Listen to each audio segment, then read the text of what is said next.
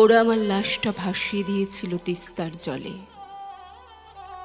লাশ ভাসতে ভাসতে চলে গিয়েছিল কত দূর, কত ঘাট, কত জনপথ পেরিয়ে চলেছি স্রোতের টানে।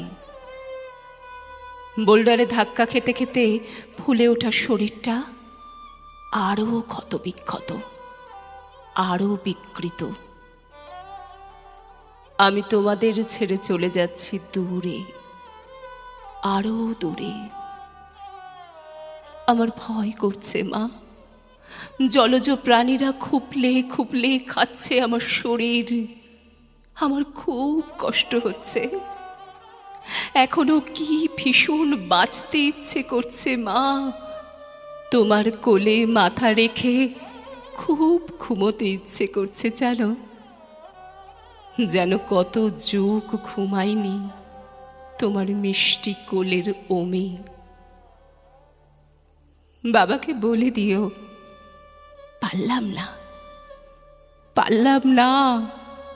আমাদের স্বপ্নকে চুরমার করে ওরা এখনো বুক ফুলিয়ে ঘুরে বেড়াচ্ছে।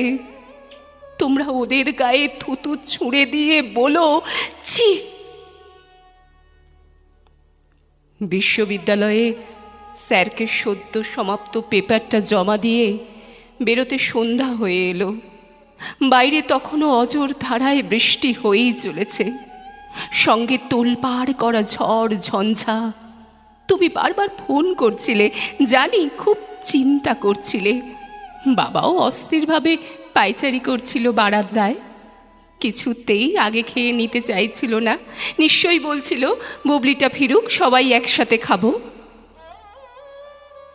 আমার আর ফেরা হলো না মা। বিশ্ববিদ্যালয়ের লনটা পেরিয়ে গেটের মুখেই পেয়ে গেলাম ফাঁকা অটোটা।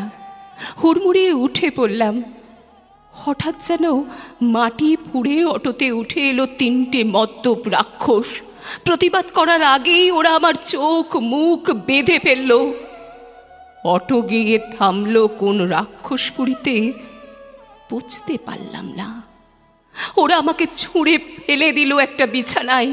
আমি কত চিৎকার করতে চাইছি মা, পারছি না, কিছুতেই পারছি না। তিনটে রাক্ষস ঝাঁপিয়ে পড়ল আমার উপর।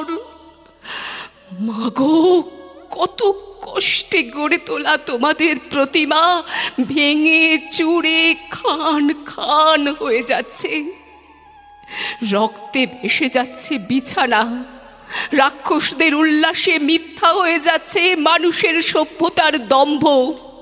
ওরা আমার লাশটা ভাসিয়ে দিল তিস্তার জলে। লাশ এসে ঠেকেছে তোমাদের ঘাটে। তোমরা আমাকে শেষ বাড়ির মতো তুলে নাও তিস্তার বুক থেকে। চিৎকার করে জানিয়ে দাও পৃথিবীকে তোমাদের বুবলিরা এখনো স্বপ্ন দেখে। আর ধর্ষক ঘাতকদের এক সারিতে দাঁড় করিয়ে থুতু ছুঁড়ে দিয়ে বলো ছি।